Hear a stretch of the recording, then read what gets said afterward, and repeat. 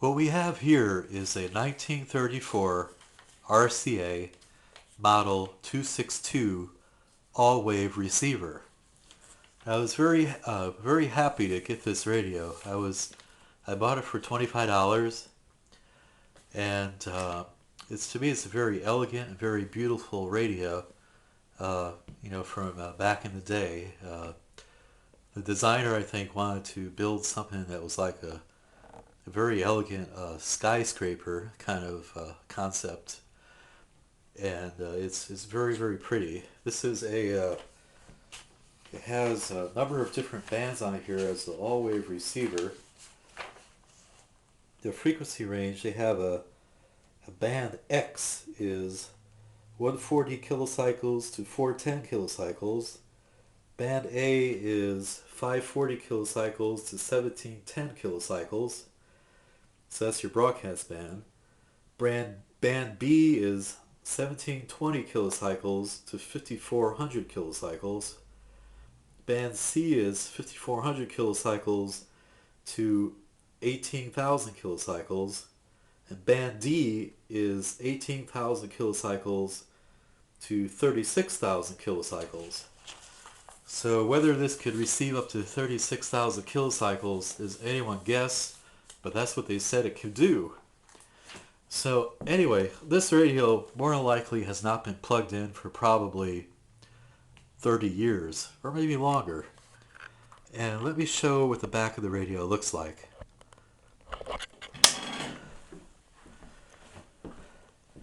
As you can see, the front of this has a very nice pattern on the veneer, and it has tons of knobs on here. This thing has like sensitivity control on it, and band selection, of course, tone control, and RCA went all out. They tried in 1934 to have all the latest and greatest advancements in radio when they built this radio, and I think they really succeeded. It was a phenomenal radio in its day, and even today, if it actually works.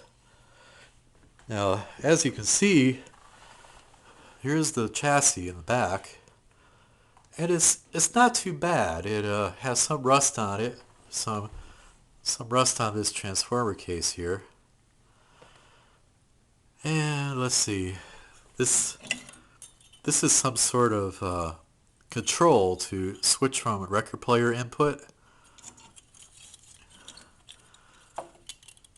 Somebody had added a RCA jack here, so this was apparently removed by some owner at one time.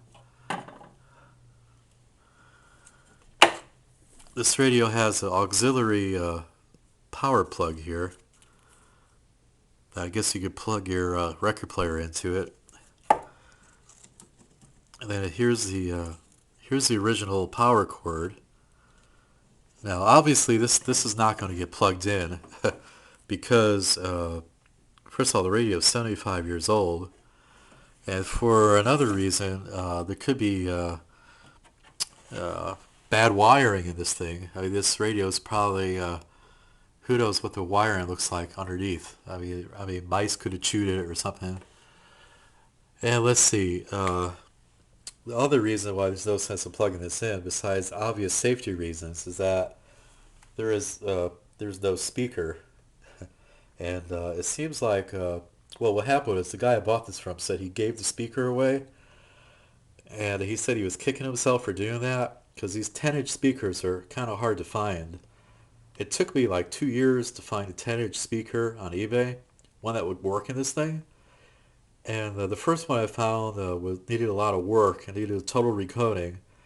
And I did find another one, which is the same kind. I found a 1934 General Electric speaker that's very similar in the reactance for the power supply reactance of the fuel coil. So it's very close, and I'm going to give that a try. But who knows how long this radio will take to repair. It's just I'm a little scared to even start working on this thing because it's a pretty complicated radio, and these are I think 4 of these I think are the RF coils, or there's probably 5 because there's 5 different bands, And the way I read how this radio works on the schematic I got from nostalgiaair.org, it says that it'll switch one coil in and switch the other four out. It shorts them out. So only one coil is used at a time. And that's pretty good because you don't want the other coils even in the circuit like tailing in there. So it shorts the other ones out when it shorts each one in. So that's a pretty sophisticated way of thinking.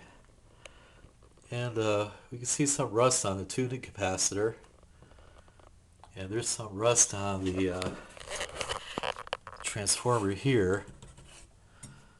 This radio uses a lot of transformers to couple the audio. So more than likely these transformers are probably shorted out or something. So the first line of attack would be to test the transformers out, ohm them out and see if they're not open or shorted. And if it's too bad, I may not even start even trying to fix it. You know, maybe just use it for like a display piece or a static display, as some people say.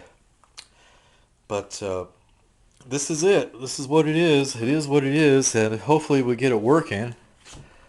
It's a pretty big project, but it gives me something to do.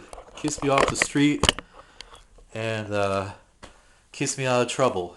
So anyway, take it easy, folks. Have a great day. Bye.